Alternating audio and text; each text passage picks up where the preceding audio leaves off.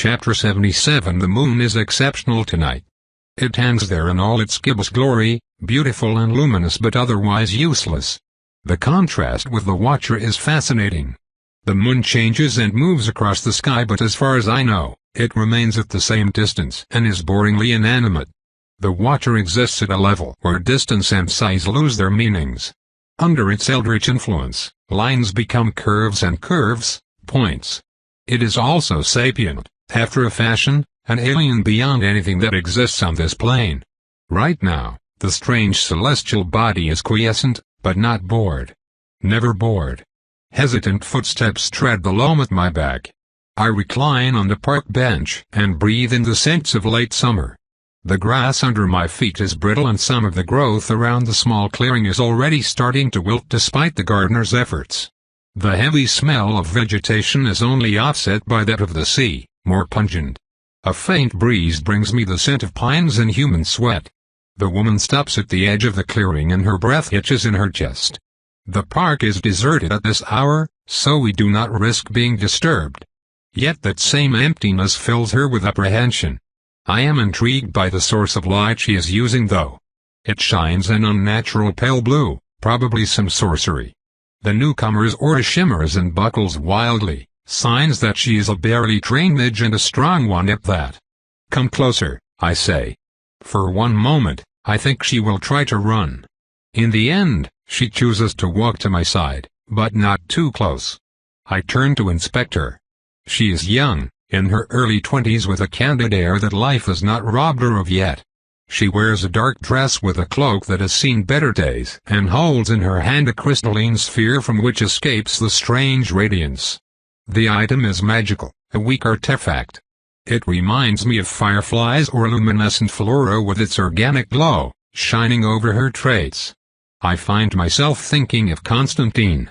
They have in common to be more striking than beautiful, and her brown eyes express frustration as a tendril of essence quests towards me. Rude. I cannot feel you at all, she remarks in a soft voice. In order to cut that part of our meeting short, I calmly release my aura though I keep it subdued. The woman shivers when she tastes it. You are not a mage? But where are my manners? Sorry. My name is Vera Wild. I thought I was to meet a man named Wilhelm. Wilhelm of the Arenwald is busy and asked me to assist you tonight in his stead. You may call me Ariane. Nice to meet you, Ariane. So, if I may ask, what are you? No offense. Curious, are we? A vampire. It strikes a bell. She mutters and takes a small tome bound in leather from one of her pockets. It looks well used, and she turns its pages with familiarity. Hold on, she says, I think Grant wrote something about your kind. Ah yes. Here. She reads slowly and carefully under the pale light of her orb, like someone a bit unused to the exercise. I can hear her mutter the words. Vampires. If you meet one of the denizens of the night, who call themselves vampires, do as instructed. First, use your most potent fire spell. Her eyes widen in surprise. She mutters. I wait. I still wait. Fiery bolt. A pathetic gout of flame emerges from the half-ruined wand she just pulled from her handbag. I call the barest thread of the herald's essence and slap the spell away. It sputters and dies at my feet as silence once more fills the clearing. The pathetic ring of blackened herb captures her attention and, apparently, her wit. She opens and closes her mouth like a beached fish. Why don't you finish reading that text of yours? I suggest as I stand and move closer. The skittish dolt hesitates once more, then curiosity triumphs over common sense. A tragically common occurrence for young mages. That way if they lie you can scare the pretenders away, and if they tell the truth. She stops and suddenly appears dismayed. I hear a few sore words. Then hopefully you angered them enough to die with dignity. Vera looks like the victim of a prank and holds her notebook with barely contained anger. Her tiny fingers grip it as if she wanted to tear it apart. Ugran. She moans comically. Only after that does she realize her predicament. Please don't kill me. I was tricked. Laughable. I wish I could at least give her a good scare. Unfortunately, I gave Wilhelm my word and my hands are thus tied. I am to assist the hapless thing for the night even if I do not accept her as a supplicant. Does that book of yours mention our propensity for mercy? I don't know, I haven't finished it. I'm not the fastest reader, you see? Indeed. So you're not going to kill me? She asks with a quivering voice. I sigh. No, Vera, I will not kill you. Now, why don't you be a good girl and tell me why you would call upon us? Good girl? You're not much older than I am. She protests.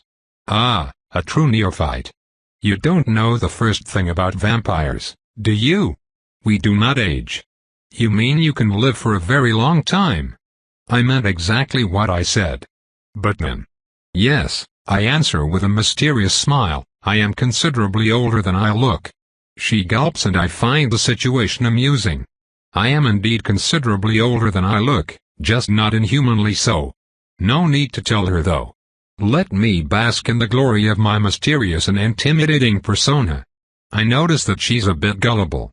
The way Gran wrote it, you are more dangerous than a werewolf, ha ha. I cannot help but give her a grin, the toothy kind. She recoils in horror.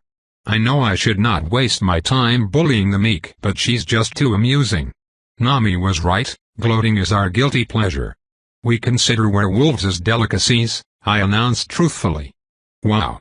But I don't want Opa to get hurt, that was not our agreement. Enough, child, if I were here to kill I would have no need of you. Wilhelm mentioned an inheritance. What is this about? Right. I'd better tell you the story from the beginning. It's about my Opa, Mr. Schmidt. Mom's dad. Well, she didn't marry the right person. She married my da and they stayed together until he died. He was Irish. Absolutely scandalous. Seeing my lack of reaction, Vera continues with more confidence. She went against the entire family's wishes and she was cast out for it. Only Opa took care of us behind their back. It changed recently though. He found out about what I could do. Also that my Gran, that's my dad's mom, she had been teaching me witch things. He got mad. Real mad. He told me bad things like I was Satan's whore and got my powers from him, sinning with demons. I don't do that, I haven't even seen a demon ever. I haven't even done anything more than kissing. Kissing, huh? You shameless harlot. Anyway, he said that he was going to leave all his money with somebody called Gabriel who would punish me for my wicked ways. Have you heard of him? Oh, Gabriel, you pitiless monster. I know thee well. I assume you are referring to the Order of Gabriel, a group dedicated to the extermination of any and all supernatural beings. Ah, probably. That's bad, right? It does sound inconvenient. What do you want, exactly? Vera takes a deep breath, then her lips shiver while her eyes turn liquid. I just want my Opa back, she says. Fat tears roll down her pretty cheeks. She's making me thirsty with her amusing weakness. She just smells too much like prey. Alright, Ari, calm down, this is not the time. I can make him love you. Not like that. I want him to believe me when I say it's not my fault, that I didn't do anything bad with any demon or anyone really. I am not trying to deceive the hearts of men or some such nonsense, I'm just trying to learn how not to set the curtains on fire every time I'm upset. Is it so hard to understand? She pouts. I think I could convince him if we can have an adult conversation, I reply. Where is he right now? At the factory. He owns a printing press, the biggest one in the city. Will he not be home at this late hour? Nah. He always stays late. Not to work, mind you, he's just avoiding my grandmother. That will be convenient. Vera takes my silence for doubt. No really, she's an old harpy. She turns the milk sour by standing next to it. I see. Now, show me to the printing press you mentioned. Vera leads me to the park's exit and then through half-deserted streets. The difference between us is flagrant. We look the same age, but while I walk as if I owned the street, she scurries around like a mouse, casting fearful glances all around. Her bent back, Nervous hands and rapid head gestures scream weakness and please mug me to everyone around. I can see at least 4 groups of men stare at us like a pack of wolves. They do not act on it, however, and we leave a residential district behind us without me getting free snacks. Slowly, the modest houses with thatched roofs give way to small businesses and the occasional warehouse, all closed now. The gas lamps cast long shadows on the pavement as we walk by. We do not tarry, and it is not long before our destination comes in view. Vera was starting to forget to be scared and asking questions about what werewolves taste like, so it is a relief when our journey ends at the gates of Schmidt's Reliable Printing. I am surprised to see that not only is the place still open, there are people hard at work. They come and go, carrying bundles of leaflets and other supplies. Schmidt Reliable Printing is clearly doing well. The facilities may be old, yet they are well maintained as well as recently painted. I count 2 buildings. One is a very large warehouse with 2 doors wide enough to allow a carriage through. The other is a narrower 2-story edifice of red bricks. The clang of machinery coming from it is almost deafening, and it is surrounded on all sides by crates and barrels containing the watcher knows what. Following Vera's indications, I drag her towards it under the curious gaze of the workers. Once more, disguise is decisive in facilitating my access. A well-dressed woman who walks with confidence is an unusual sight in such places, enough to garner suspicion. The key is a haughty demeanor that marks me as a rich wife or daughter, possibly of a client. While my presence without a chaperone at this late hour is improper, addressing me is even more so for those beneath my station. It would bring little to stop us and could cost them dearly, therefore nobody dares to overstep their bounds, and so we get in unmolested. A male vampire would have to take a different approach. Urchin could not get in the normal way, because he just breathes duplicity. The shady man could not walk 3 blocks without a police patrol asking him about his intentions. I will have to find a proper use for him. Without stopping, I weave my way through the long lines of the presses while staying mostly out of sight. I could easily charm everyone barring us, but I keep Sinead's words close to my heart. Power is a crutch. To depend on it too much is to invite disaster, while to hone one's skills is the way to greatness. Besides, I have pride. I will not let an inattentive mortal get the drop on me, even while I am dragging a skittish bundle of nerves behind me. We can't be here like this. What if they tell Opa? Said Bundle hisses with panic. He will know we're here soon enough. Now, shut up. We climb a set of stairs to a much quieter second floor. A corridor leads us past closed doors leading to offices and archives, up to the biggest office. A heavy-set man with salt and pepper hair sits by the heavy oaken door, reading a book. He is tall and strong with the broken nose of prize fighters and the damaged knuckles that go with it. A worker outfit in gray and brown covers the body of a warrior gone slightly too fat. He has a bit of a belly, but also corded muscles covered with scars. He has not spotted us yet.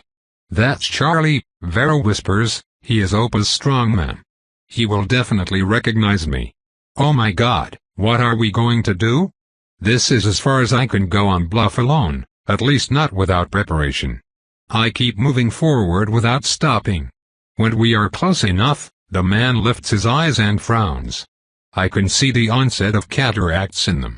He probably doesn't see very well. Our eyes meet and I instinctively send a tendril of essence, charming him.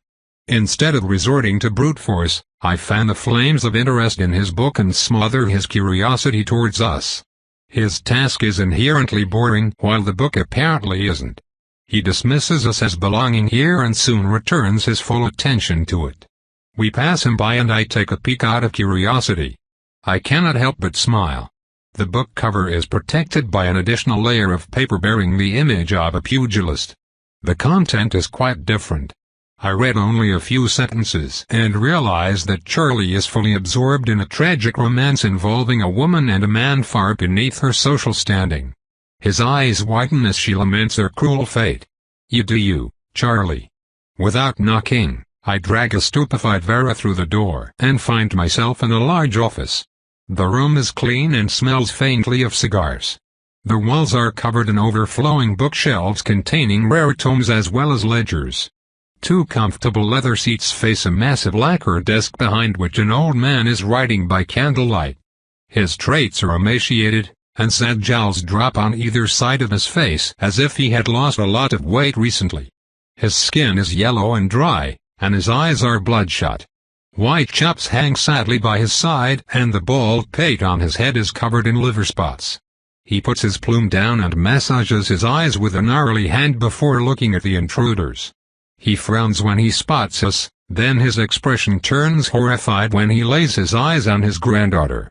His shriveled face, already pallid, turns cadaverous. Vera recoils as if physically hurt. He stands up slowly and painfully, though his thin frame quakes and twin spots of red blossom on his cheeks. His gaze is fixed on my companion and conveys not just anger but also longing. Vera. You. And who are you? Another devil worshipper? He asks with a fragile voice. I have learned much in a short time, and I have a good idea on how to proceed now. I am not a witch, no. I am something else. What do you mean? He asks with suspicion, just as he slowly reaches for one of his drawers. You talked to the Gabrielite. Did they not explain who ruled the night? It takes him a second to understand the implication. When he does, he frantically opens said drawer and looks around.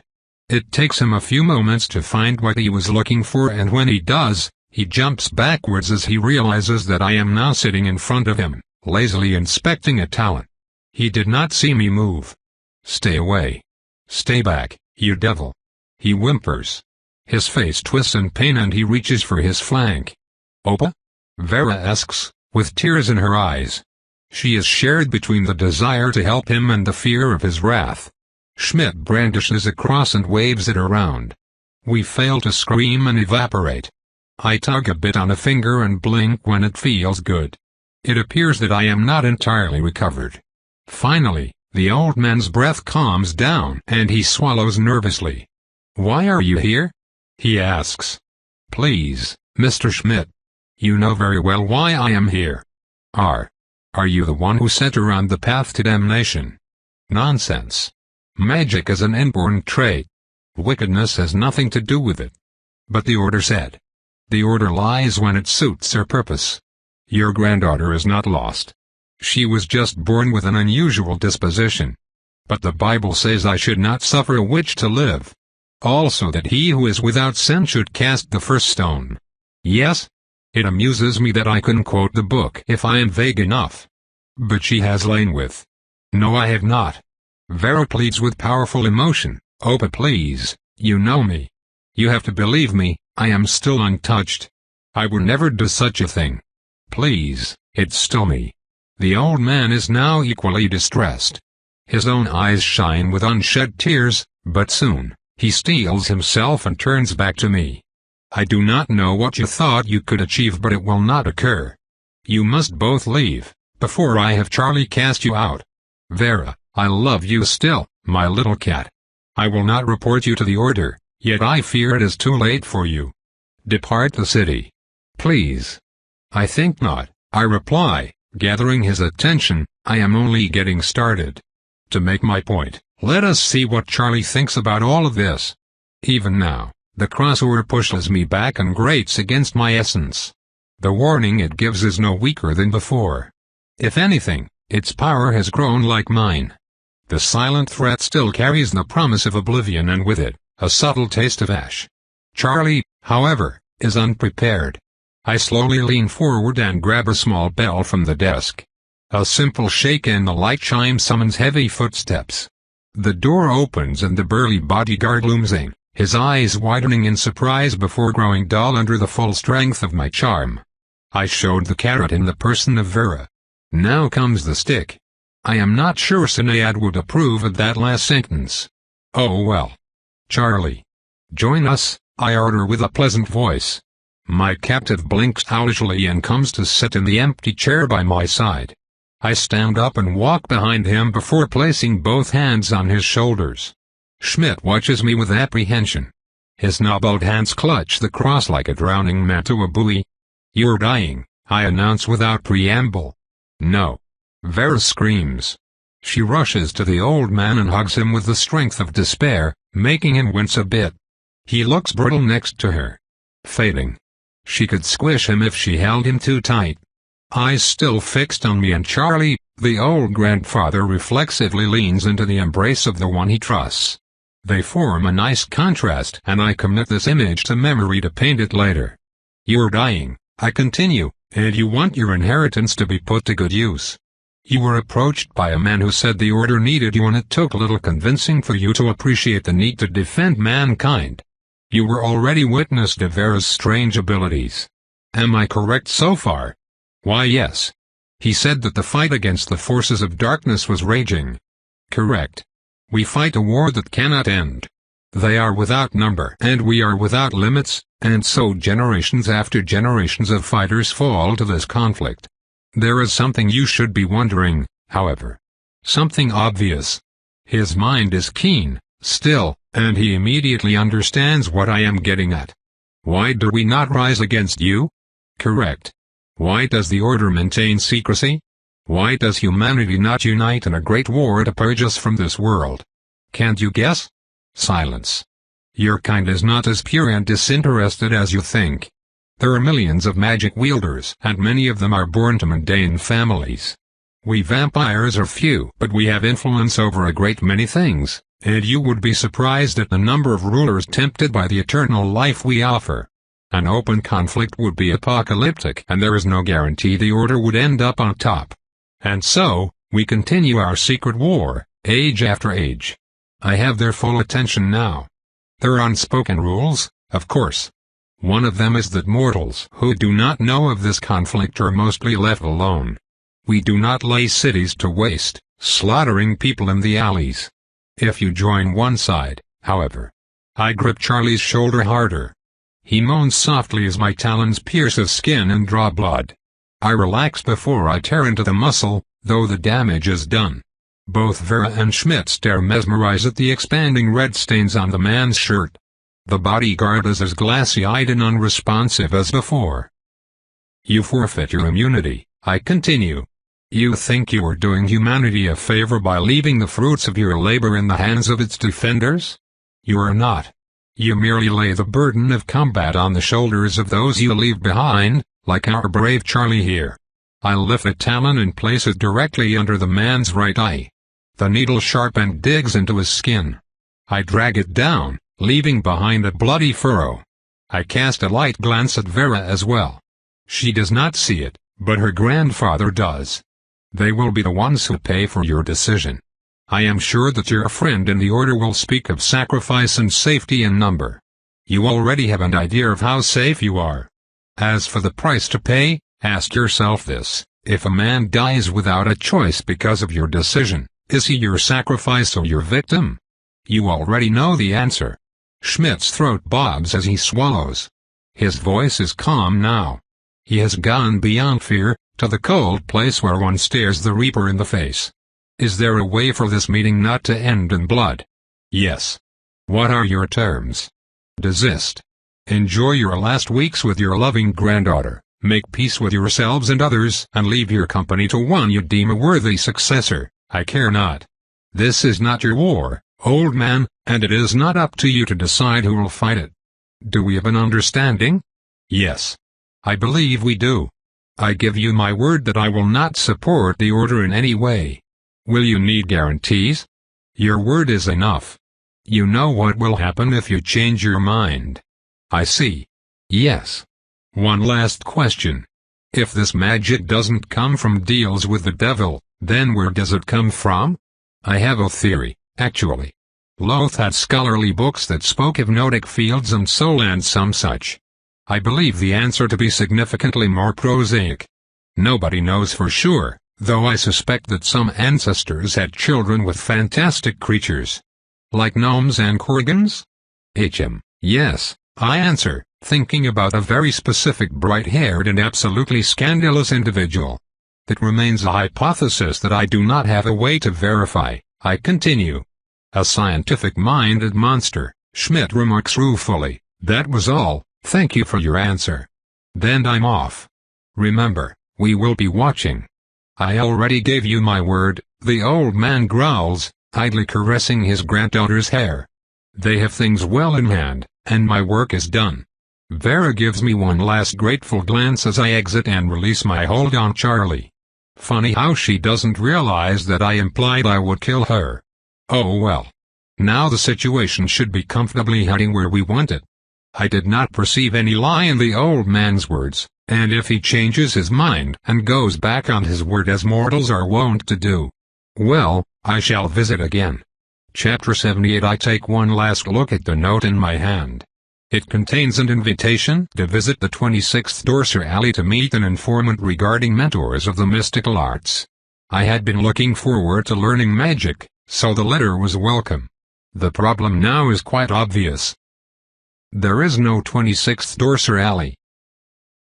The street is a dead end with a brick wall between a tailor shop and a writing supply store. Only the lack of ambushers convinces me that this was not a trap. Or is it? 2 footsteps and 2 heartbeats come from my back. I turn around and stare at the newcomers as they make their way down the deserted path. They do not exude danger at all. If anything, the taller one is apprehensive while the shorter one, still ahead above me, struts around as if he owned a town. The taller man is clearly the muscle here.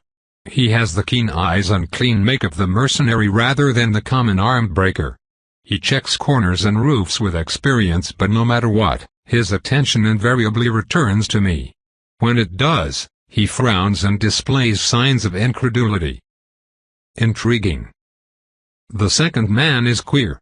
There is something about him. I cannot quite put my finger on it. He has a graying beard and the air of a perfect gentleman, with an impeccably ironed dark blue vest and slack that suit him perfectly. His appearance is unfamiliar.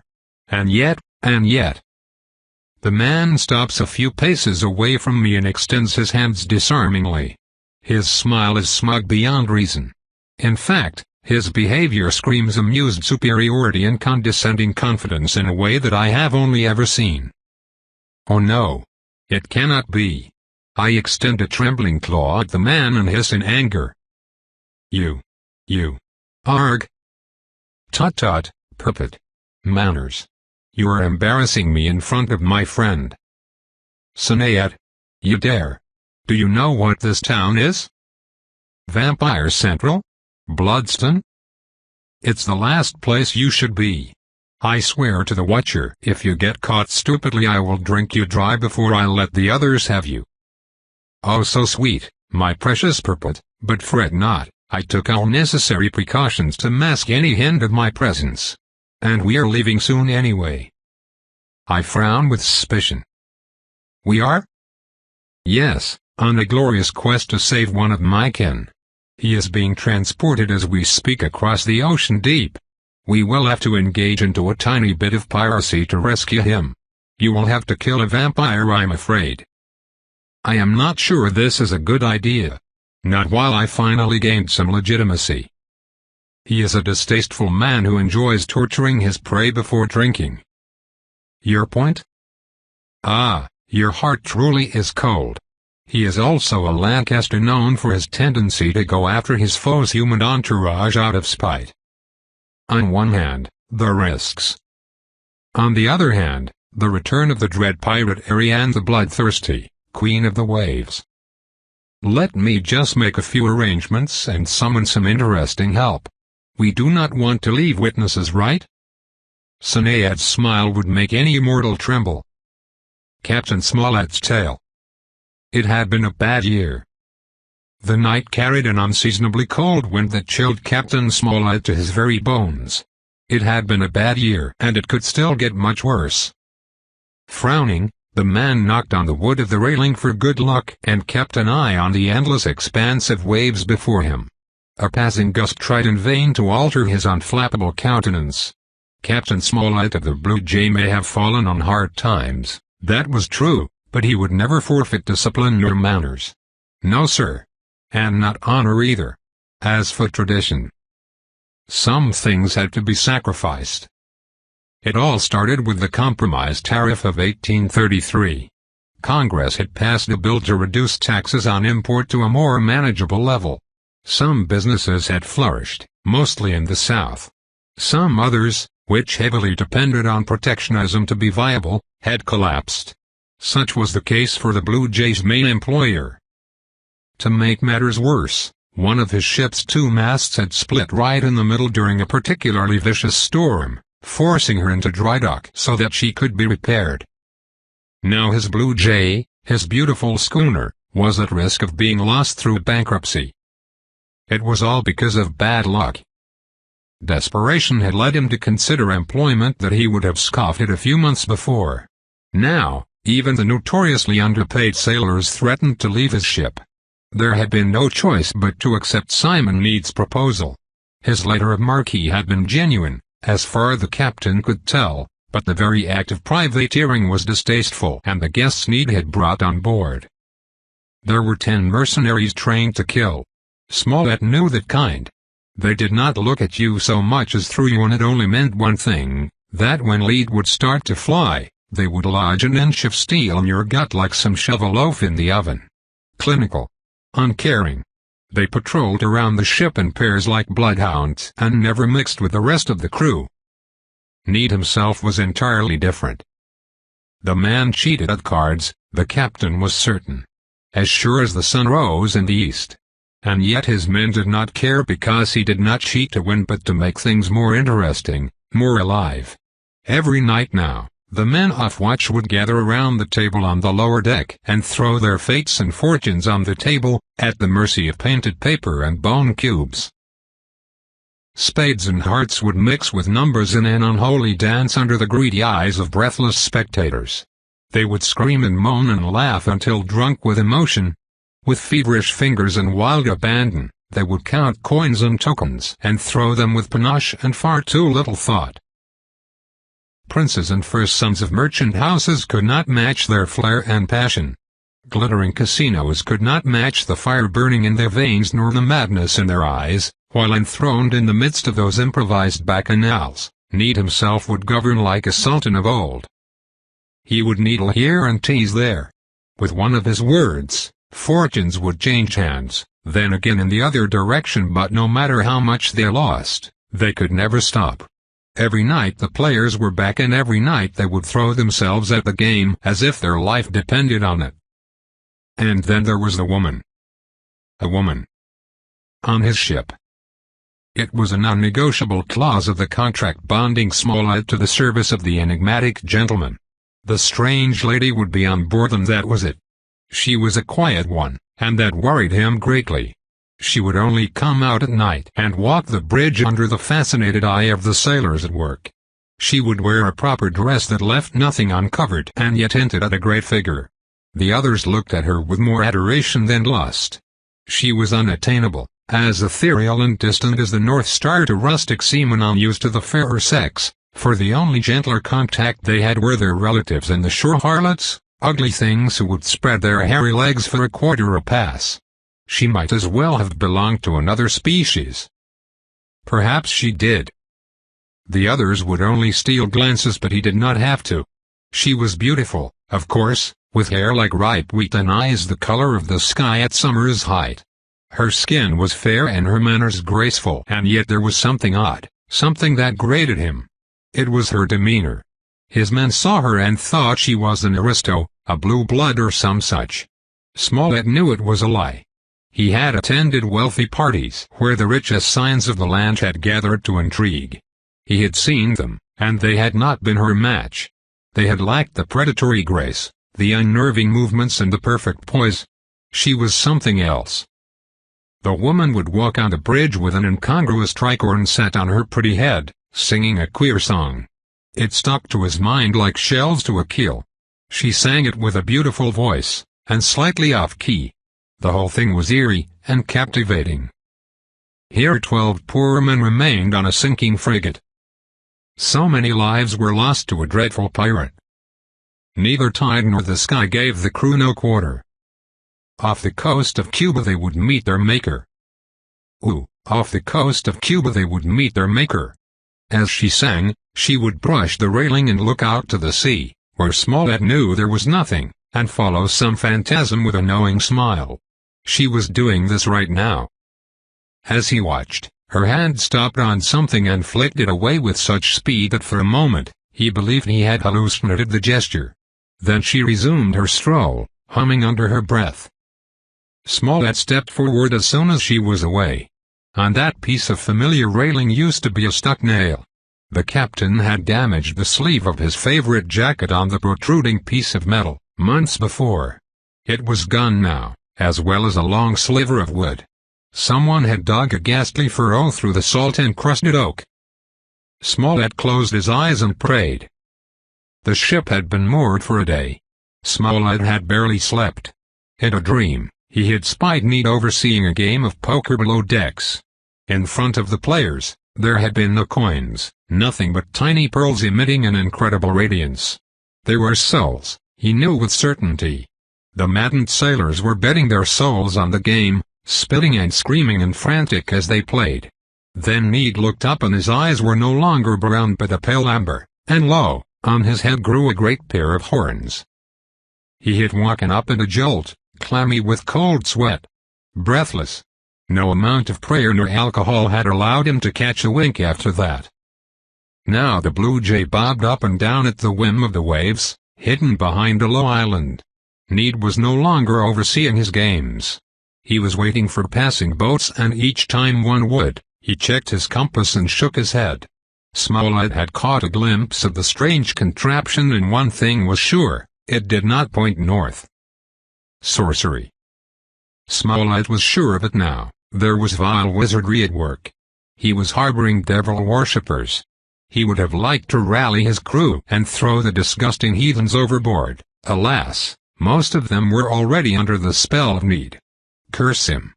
Curse that contract and curse the day he agreed to it. Rather sell the Blue Jay than work with the servants of the enemy. Too late now, far too late. Need had his evil claws deep into the minds of the sailors. Smollett would have to finish his task and hope for salvation. Then, there was the woman. She was strolling alongside the railing, singing slightly off-key in that haunting voice of hers. The captain begged and prayed for someone to rescue. The brave crew and himself for the reefs claimed their due. Neither angels nor saints would answer his prayer. Off the coast of Cuba they would meet their maker. Ooh, off the coast of Cuba they would meet their maker. Their eyes met and Smollett realized she knew about his belief. Her gaze pierced his mind and revealed the doubt and fear under, torching away the haze of alcohol and the numbness of habit to revive in his heart the freshest of terrors. She knew and did not care. Once more, her merciless stare aimed outward, to the ocean and beyond. She saw something. Smollett could not help himself. He walked up and searched for the source of her amusement. What dark delight brought such a smile to her graceful face? There was nothing but the night. You feel it, don't you? The world is holding its breath, and those who pay attention have already noticed, she said in a lovely voice. Her smile was sharp and dismissive. It angered him for some reason. The fury dug deep into his chest and lit waiting embers. They had no right to come here and steal his ship, his people, for their nefarious purposes. There is nothing there, nothing at all, he yelled. Of course there is, the woman replied with amusement. Do you wish to see? The captain froze. He wanted to say no. He knew he had to refuse, but his mouth was dry as the Sahara. It would not open to say the words, and a sick curiosity needled him forward. He felt himself waver at the edge of that question like a skiff caught in a whirlpool. His sanity was sliding, slowly, but with a fateful certainty that gripped his heart and whispered sweet promises in his unwilling ears. He had to know. To find out the truth. It was the most natural thing. How could the truth be worse than whatever uncertainty and doubts were torturing his mind right now? Smollett did not resist when the woman's fingers gripped his shoulder. He shivered, surprised by her strength. Look, she purred. And a veil was lifted. The sea was not empty, though he wished it were. His mouth opened though he could produce no sound. Terror. Mind-stealing, debilitating terror froze his very being. The sea was alive. It was teeming with unnatural life. The edge of a fin, the hint of a webbed hand, the end of a scaly tails. Baleful yellow eyes reflecting the pallid light of the moon above. Sinuous movements of slimy skin and unnatural limbs left and right. Smollett wanted to scream, but the Boschian vista had robbed him of his voice. Only a keening sound emerged from his choking throat, and tears of the starkest fear trailed down his cheeks. "Welcome to your new world," the siren's voice by his side murmured. The devil had his quarry in sight. Smollett brushed an idle hand on his filthy jacket. The reek of liquor was strong even in the open air as the Blue Jay sliced through the waves. His crew went through the motions like automatons. They licked their lips and smiled and exchanged gossip about the games, the previous ones and the others to come. They cared little about their surroundings, or they would have surrendered to madness as he had. Last night, his helmsman had met a cruel fate, thrown overboard and lost. He had been a resilient and pious man. Smollett found that he envied the departed. Need was at the prow, no longer holding a compass but a mirror instead. The strange artifact hurt the captain's tender head when he stared too long. He knew what it did. Onto the Blue Jay, a perfect reflection of his beloved ship had appeared. Its light was supernaturally bright, and yet its halo did not extend past the shimmering mirage. The sea around them was darker than a demon's soul, so that Smollett could barely see the murk bubbling with the passage of the monstrous pack. It was as if all lights had been captured by some evil witchery. They were occulted by a veil of darkness. The men aboard their prey were oblivious to their imminent demise. No cry of alarm had sounded yet, even though they approached it at full speed. The woman stood straight from leaning against the railing. She was dressed in an armor of obsidian beauty, bearing an alien sigil. Like this, she looked like a savage goddess from a heathen nation, whose warriors raided shores and left nothing behind but burned husks and beheaded monks on stained altars. A desperate laugh rose from his chest. She sank still. Then a voice offered him with a frightful whisper the salvation he sought at this fateful hour. For a price, the voice said to the tempted skipper. Off the coast of Cuba you won't meet your maker. Ooh, off the coast of Cuba you won't meet your maker. They rammed the other ship. A terrible groan of tortured wood exploded like thunder on a cloudless sky. All of the men on their victim's deck were sent flying into the air. Some fell in the ocean. Others fell poorly, smacking into hard surfaces with ghastly crunches. Need's men released their holds on ropes and lifted their muskets at the door leading below decks, while the witch jumped up and let out a terrible whistle. Then she blurred. Something so fast it was practically invisible racked through the stunned crew, leaving behind only mangled corpses and severed limbs tumbling. A mist of red spread over the deck as the incomprehensible carnage continued. Soon, the horrid forms of the fishmen he had glimpsed climbed up from the abyss and joined the fray. The shriek of the dying and the roar of the coming abomination filled the air in a hellish cacophony. Then, the door opened and men trailed out, led by a pale warrior decked in full-plate armor. It was at that moment Smollett knew he had gone mad. The creature screamed in a lilting tongue he had never heard, and great fangs emerged from his ruby lips.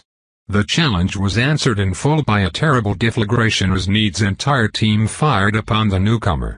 Men died left and right, and the form blurred as well. The otherworldly seemed evolved into a nightmare that even the most unhinged prophet could not have imagined. The fight reached a paroxysm of bloodlust and savagery until, with a victorious roar, the witch severed the warrior's hand. Her next strike skewered him through the chest, and before Smollett could register this new development, she was on him, biting into his throat with delectation. Around her, the abyssal horrors dismembered the last of the desperate defenders, and the battle, if you could call it such, turned into a feast. Smollett sobbed as he witnessed scenes of great gluttony. Entire cadavers would disappear down the monstrous gullets in seconds, and in the midst, the witch finished her business. The remains of her foe fell to dust until all that remained of him was a circle of black gore around her delicate lips, which she licked with gusto. Flawless execution, don't you think? Need joked by the captain's side, and the seamen laughed and laughed and laughed. 60 men sailed to sea, only one did come back. on a ship of red hull and with sails of pure black. With the devil's due paid he would drift forever. Off the coast of Cuba not to meet his maker. Ooh, off the coast of Cuba not to meet his maker. A huddled form sat singing in the center of a derelict room. The sickly man wrote frantically on a stained piece of paper under the light of a dying candle. Bottles of liquor and empty vials of opium littered the ground. He sang with a broken voice and ignored the spittle accumulating at the corner of his unshaved mouth. Finally, the man leaned back and sighed. Tension left the nerve-racked silhouette. His shoulders, previously taut like bowstrings, finally relaxed. His face went slack as he closed his eyes. Peace, at last. All was recounted. His duty was done. He could finally let go. The man dried the paper with a pinch of sawdust, added the last page to a bundle which he carefully placed in an envelope. He inscribed an address and left next to it a small pile of money. Finally, he lifted a captain's cap from his desk and threw it unceremoniously on the ground. He grabbed the pistol underneath with an air of angelic felicity, placed the barrel in his mouth and pulled the trigger. In the next apartment, someone swore. Time passed. The door opened in silence. A tall man with amber eyes and hair like gold stepped in. He scrunched his nose with displeasure, then walked to the desk, from whence he retrieved the sealed envelope. He opened it with obvious excitement and quickly read through the manuscript. Each new discovery was met with appreciative "oh" or disappointed "meh." After an indeterminate amount of time, the man grabbed the fragile testimony and approached his unwilling host's prostrate form. "Not bad, not bad at all. Thank you, Mr. Smollett," the intruder whispered in a sing-song language. The papers were soon committed to the flame of the candle. The bundle burnt brightly for a moment and the guest waited patiently, unmoving even as the fire licked his delicate fingers. When the work was consumed, he brushed his intact hands until nothing remained but a small pile of crushed ash. After he was done, he left the door open and disappeared into the bowels of the city. Chapter 79. I am glad that the candidate you are considering is a man. Quite tactful of you, dear, I tell Tauran. Tauran replies, apparently lost in thought. I tisk and roll into the bedsheets so that my butt is covered. Tauran blinks owlishly. You were saying. Tauran expertly dodges the pillow I throw at his head and chuckles as he sits on the bed. His tone switches from playful to half serious. Yes, I am considering a man, though I cannot claim credit in this instance. Dvor ranks are overwhelmingly composed of men. Perhaps 3/4 of us serve Mars and not Venus, though I feel the need to point out that it is not a question of competence, but of culture. You see, we come and recruit from traditional societies in which the roles of the sexes are clearly delineated. The ownership and defense of the land that qualifies us is usually under the purview of men, though there are exceptions. Adapting to Western European and now American society has been a challenging experience. Oh, I reply crestfallen, I knew I was being too forward. Nothing of the sort. Tauran chuckles as he moves next to me and tucks an errant strand of hair behind my ear. If anything, inviting a man to one's chambers is a common occurrence back home. I was referring to you charging into danger then unloading musket after musket into the ranks of screaming invaders while clad in a custom-made armor that would intimidate a Tatar raider. That sort of thing. I see, I reply somewhat relieved. Your women do not fight? Not really, no. He replies with increasing amusement. How do they hunt then? I ask. Many demand offerings. The satisfaction of having one's prey brought to you by underlings can be a pleasure in itself. For others, the thrill comes from outmaneuvering rivals and foes. Social confrontations often end with the loser insensate on a couch. They will later wake up with a severe case of anemia. The spirit of the hunt is respected and the satisfaction it brings, genuine. I understand, I say with a nod. I still prefer my method, however. I can tell. I narrow my eyes at my lover who shrugs helplessly. Well, he is not wrong. I enjoy our conversation, my star, though I fear we must continue at the party. I cannot afford to be late. Yes, especially as one of the honored guests. A man entering the ballroom would think themselves transported to a fairy tale or a nightmare. Protestantism has seeped deeply into the cracks of American society, and with it, a certain sobriety and disdain of ostentation. Successful people should have no need of splendor, for they ought to find happiness in God and hard work. Extravagance is discouraged. Vampires have no such qualms. The manor's right wing is packed with groups of men and women dressed in exquisite dresses as stylish as they are precious. Caddies and martial jackets mingle with Rolands in warm tones, while on the side, a band of econ clad in garish colors joke and carouse to their heart's content. There is enough wealth on display to fund a small expedition. The crowd has been here long enough for an interesting phenomenon of social decantation to split it into three distinctive and immiscible layers. At the forefront, courtiers socialize with each other, their entourage and loyal mortal families, the susurrus of their conversation providing a pleasant background to a talented string quartet. In this environment, politeness is an absolute rule. Rivals greet each other with veiled threats and smiles that do not reach their eyes. They exchange barbs and clever repartees with casual grace in an endless contest of wit, yet if anyone feels angered, they do not show it. Even the auras are hermetic and subdued, as those who cannot control themselves were left behind. A second layer consists of vassals, servants and masters in small clusters bound by interest. While the younglings joust, these men and women plot. A word or a few gestures exchanged behind a fan seal the deal on some obscure transactions, the nature of which I can only guess at. Beyond them, the third and last layer is also the thinnest, being host to a handful of lords and ladies, as well as their closest advisers. At these rarefied heights, the conversations turn to the mundane, or gossips. Indeed, deals worth the illustrious guest time could only be conducted behind closed doors. Behind them, an elevated platform on which the musicians play takes the furthest part of the room from the entrance. After that, the illusion begins.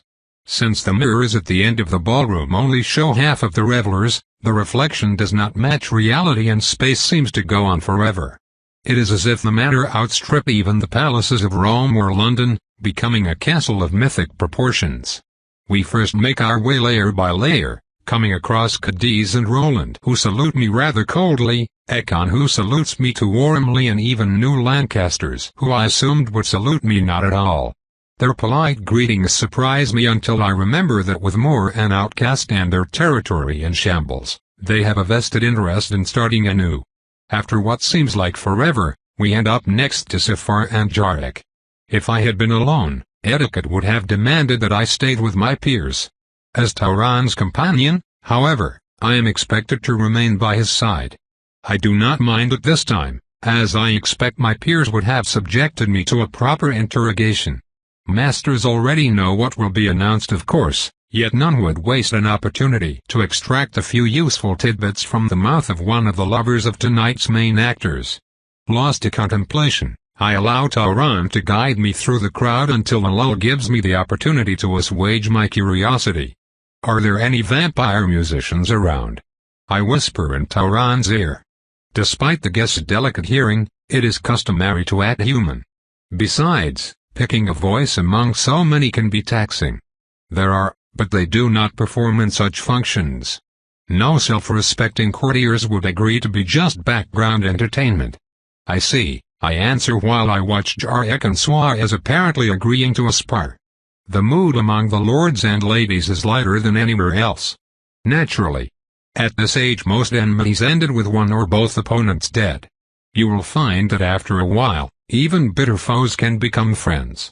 Especially when few have either survived. It is, as they say, lonely at the top. Here, look at the partygoers. Do you see those clear lines between courtiers and masters, then master and lords? This celebration is a microcosm of our society, with the proportions respected. Observe how few of us are left who call no man their master. Many who volunteer to join our ranks swallow the bait of eternal life, but there are no guarantees. The average spawn has as much chance of seeing his 50th birthday as if they had stayed human. It takes quite a bit of skill and just a little luck to be counted amongst the long-lived. Worthy allies, too. Quite right. Ah, it appears that the time has come. And indeed, the musicians pack up and leave the floor to Constantine himself.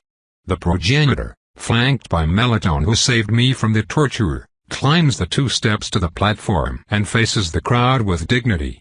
Tauran gives me a last nod before joining Safar and Jarek at his side.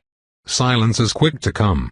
Ladies and gentlemen, my lords and ladies, thank you for joining in tonight. Our host begins calmly and in English. Tonight, I am pleased to announce that 3 new clans shall join our honored community. Please give a warm welcome to the representatives of Clan Nidalas, Hastings, and Ver. We applaud politely. In formal occasions, vampires are announced by order of seniority. Gender has no impact. I was surprised to learn that this cute slip of a girl is older than Tauran. She looks and acts so human that I let my guard down. In the years to come, Constantine continues, Lord Jarek will head southwest to join the Texians in Mexico. The Dver territory will depend on the leanings of Lord Tauran's candidate and its location will remain confidential for safety reasons. As for the Hastings, their domain shall cover the District of Columbia. I almost gasp in surprise and behind me, more than a few low whispers erupt across the room. Washington? Constantine is giving the Hastings free rein of the capital. The Congress? Is he insane? No wonder the negotiations took so long. He must have demanded quite a few guarantees. The Lancasters may control humans better than most, but Hastings act human. They can eat. They can even stand the light of the sun. To give them access to this place. I barely listen as Constantine speaks of the Accords, our great community yada yada. The Hastings are taking over the government of the nation, continuing centuries of mask traditions. Checks and balances mean nothing when one has a finger in every pie. This is a momentous development. The worst thing is that there is little I can do to change anything. I need to secure my own den. I need Illinois. I must negotiate with Constantine with this in mind. I should have asked for it after the trial together with the progenitor's blood. Oh well. Constantine promptly concludes his speech. Afterward, Jarek, ever laconic, talks about a haven for his kind and of strengthening the bonds that bring us together. Safar's speech centers on development and independence, while Tauran's is based on the values and cultural roots we must develop. I notice that all 3 stress independence and the creation of a society separate from the old one. Even Tauran who will eventually return to his homeland. It could be Constantine's influence, or it could be that they all see the need of preparing against Mask and Anaru's inevitable power grab, Jarek and Safar for their own interest and Tauran for that of his spawn. At the end of the speeches, the 3 of them walk down and mix with everyone to answer their many questions. I have no interest in joining their territories, nor to be so close to so many people. I, therefore, decided to head outside through the French doors and on the promenade surrounding the manor's inner garden. The fountain gurgles happily and the humdrum of conversations is replaced by the sounds of the night. I breathe in relief, though my respite is short-lived. As soon as I exit, I detect a familiar aura to my right. Tired out by so many big words? The lords can be condescending. By the way, condescending means they look down on you. Melusan, I'm surprised that you are not in there kissing bottoms with that silver tongue of yours. Are you not tired of being homeless? I reply to the Lancaster by my side. Melusan wears a conservative emerald dress that covers her body but leaves the neck free. Her red hair is pulled up in an elaborate hairdo, and a single teardrop ruby sits at the edge of her cleavage. That's rich coming from someone who lives in a brothel. Above a brothel. Every time I opened the door and took a deep breath it reminded me of you. Strange appetites you have. Speaking of which, when will you take my blood? I grow tired of this sword of Damocles on my neck. I planned on taking it at the moment I called upon her for a task. However, I can tell that the idea of owing me such an intimate favor irritates her. If I were vindictive, I would leave her now, yet something stops me. Melusan was my first rival. I used to call her a trollop every day in my head just for the strength to keep going. It feels like ages ago. In a way, it was. I have changed much since then and so did she. The loss of her vassal has made her less petulant, sharper. I no longer feel like taking revenge, and I do not wish to make one more enemy. Right now, if you wish. Melusan inhales and blinks. She clearly did not expect me to agree so readily. However, she does not let the opportunity go to waste.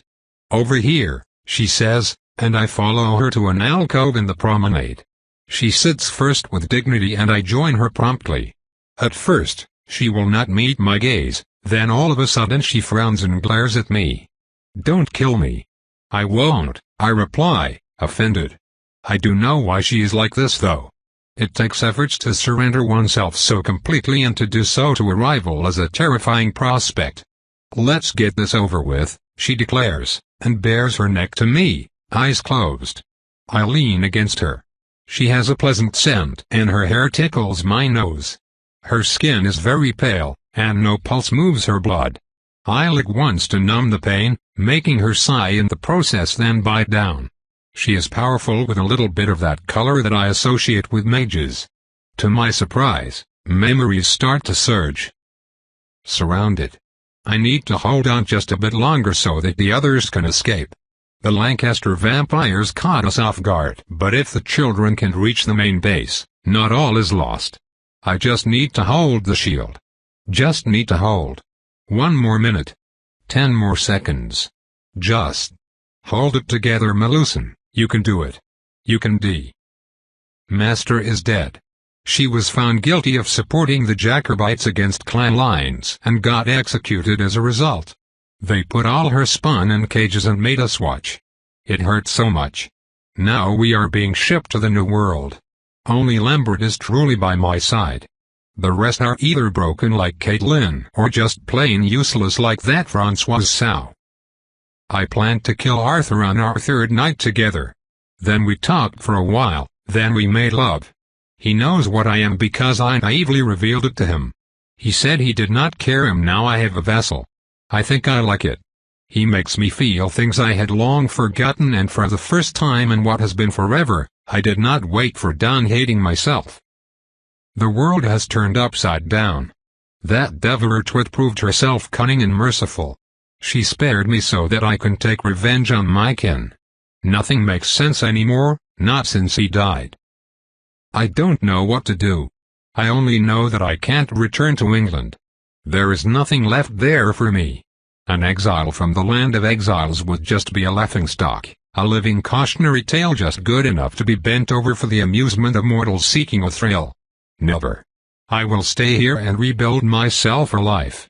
Then, I'm going after more, that rancid, treacherous CU. I pull back. I did not take much strength, and still her memories almost overwhelmed me.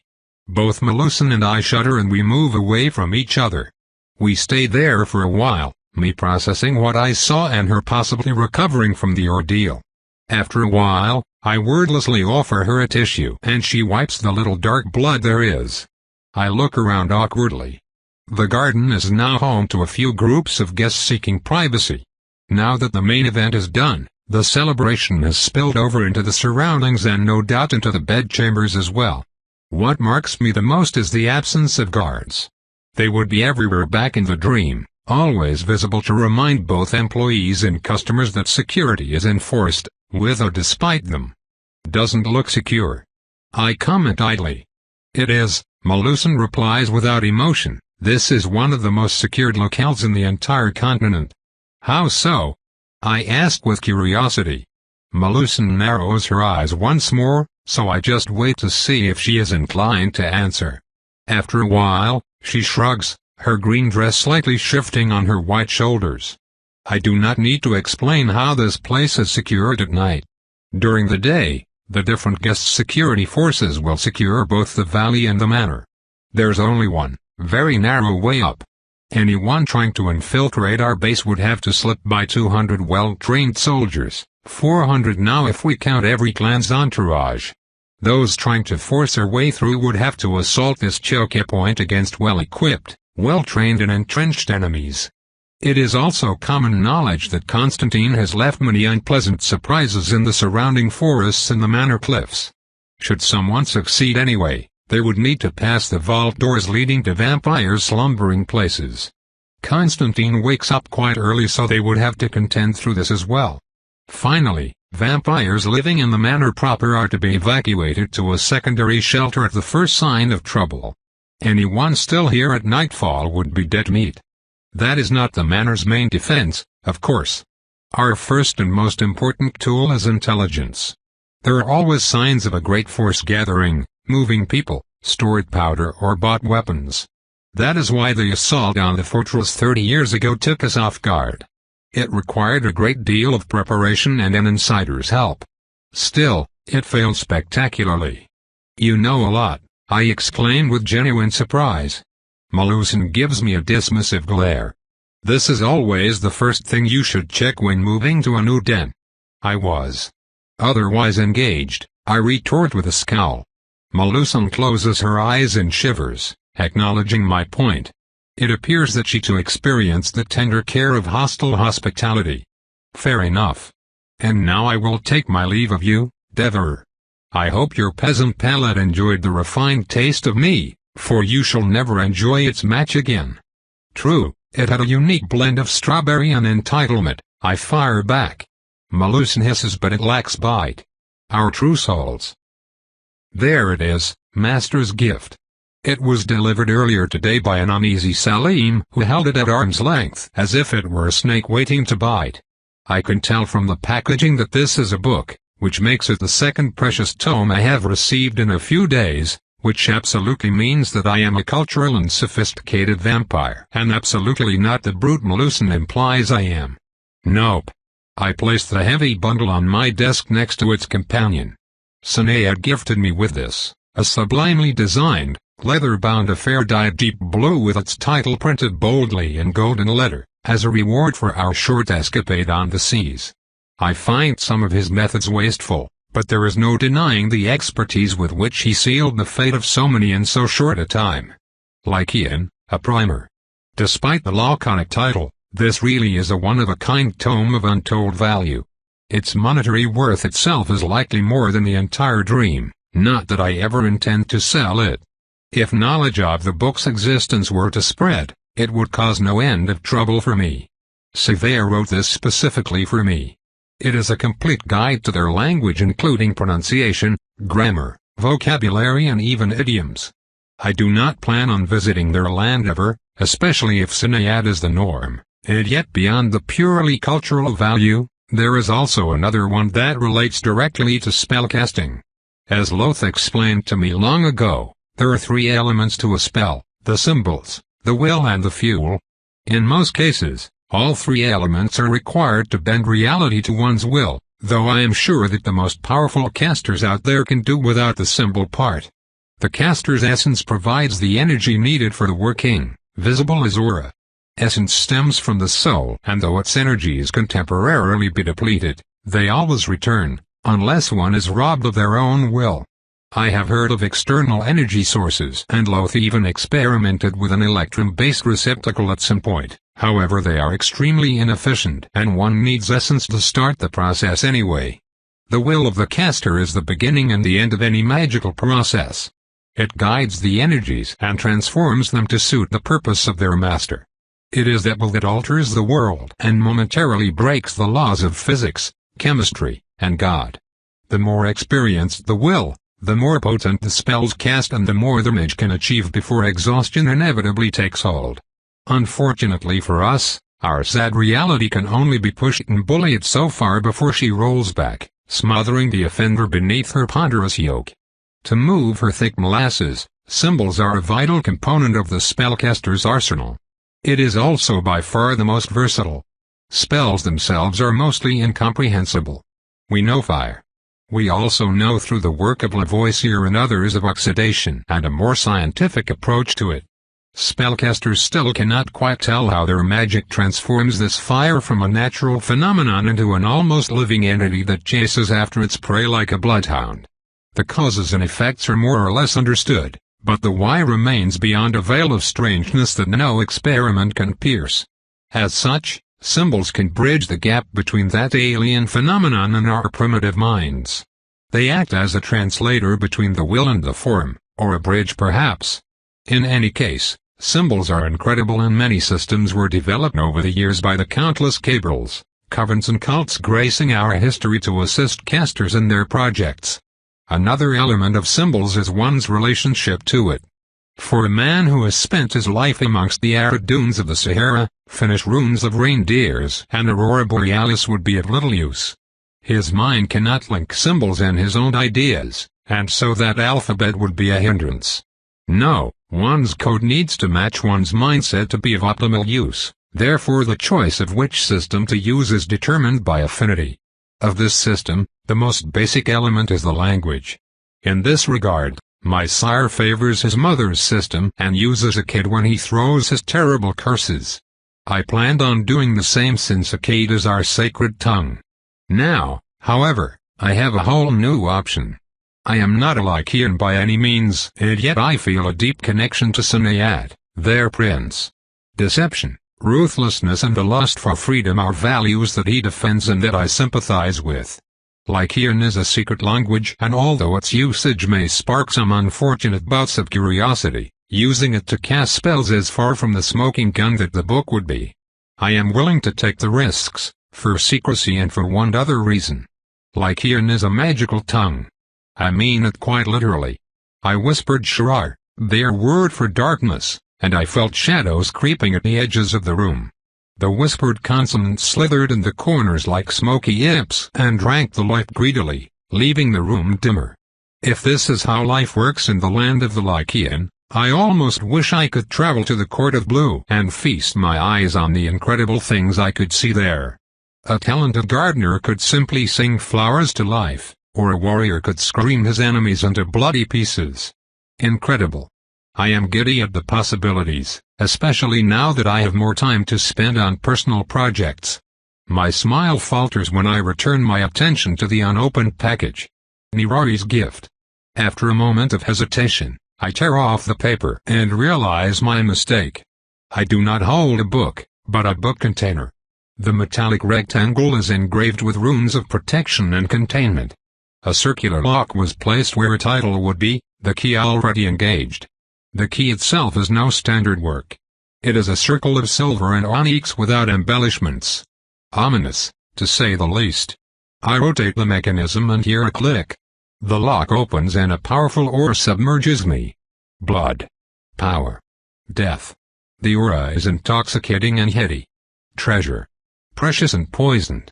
Then, the moment passes and the aura diminishes until it is merely a trace, something that stays in the background. From the unorthodox box, I retrieve a tome. The piece is unadorned and old beyond measure. The edge of the cover is slightly cracked and mysterious dark stains mar the otherwise yellow surface. I caress it. Smooth, like skin. Some sort of vellum? Unbidden, memories surface of the vision I had back at the vampire fortress an eternity ago, when I drew Nirari's essence and stabilized my existence. It was the first time I saw Semiramis and she was inscribing runes on human skin. Ah! I am now the proud owner of an entire manuscript written on the literal back of mortals. Techie. At least it looks well preserved. I open the first page to see only spellbook written in Akkad by an elegant hand, and ignore the ominous feeling I have to leaf through its contents. The first part is tightly packed text, while the rest is page after page of blood magic spells described in excruciating details. I am not familiar with the rune system he uses, but I can tell at a glance that they are complex. Once more I am reminded of the past, specifically the spell my sire cast against the army that opposed his return, and the pale imitation I used against Lambert while drunk with power. This is an incredible gift, though I have little use for it right now. I can tell at a glance that the level of difficulty of the average spell is high.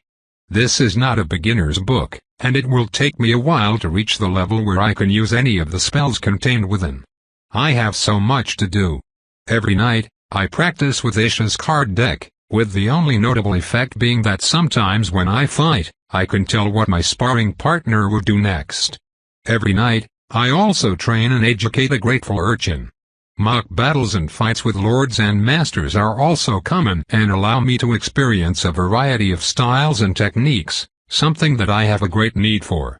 Finally, I spent time with my friends, with Tauron, shopping, at the opera, etc. The distractions are many and I am happy to indulge after being in hiding for so long. I simply haven't had the time to invest into learning magic. The irony of an immortal out of time does not escape me. That is fine. I have much to do, including drinking Constantine's blood and securing a territory. After this is done, I will dedicate myself to magic. The mystical arts cannot be pursued lightly, after all. I spend half an hour studying Lycian and writing observations in a brand new notebook when a knock at the door distracts me. Yes, Solveig. One of Lady Sapphire's maids is here, milady. Her mistress would like to invite you for tea. Tea? That is what she said. I wonder what she wants. We shall visit her momentarily. Solveig departs and I stand up. I am wearing one of my latest acquisitions, a comfortable yet elegant interior dress in light blue. It will suffice. I walk out and follow the maid to Sapphire's suite, which happens to be in the opposite wing. We enter a richly decorated reception room even more grand than mine in tones of white and pink. Lady Sapphire herself sits at a table with a pair of plates, a teapot and cutlery. Pastries are piled on a strange contraption consisting of several plates set against a metal frame. Ariane. I am so delighted that you could make it on such a short notice. Come in, come in. Sapphire is also blonde with blue eyes, yet we could hardly be any more different. Her colors are paler, for starters, so that meeting her gaze is like staring at the surface of a frozen lake.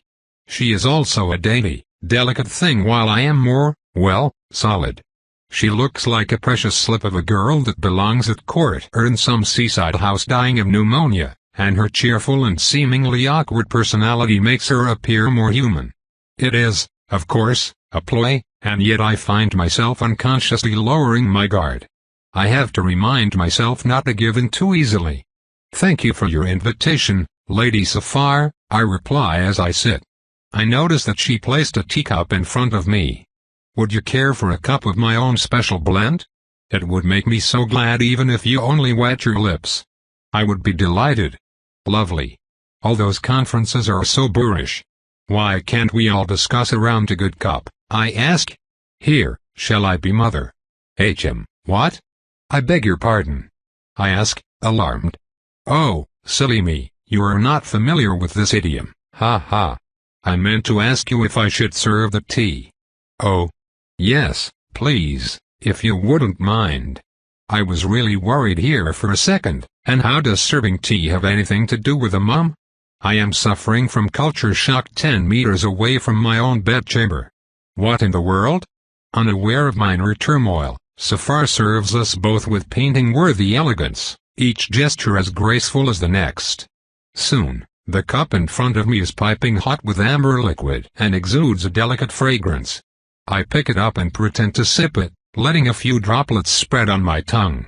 My sense of taste is completely muted for anything other than blood, yet my nose still manages to pick up hints of black tea, though slightly more gentle than what I am used to, rose, as well as something else I do not recognize.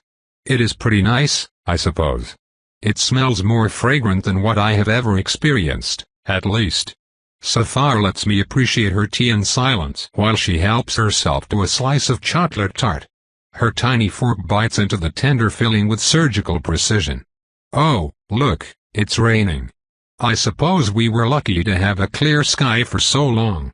Not that I mind it when it gets a bit dreary. Best time to stay home with a good book. We do a bit of small talk mostly focused on the weather. I let her take her time as I assume that she will eventually get to the point, and I am soon proven correct. You must have guessed, by now, that I requested the pleasure of your company with an agenda.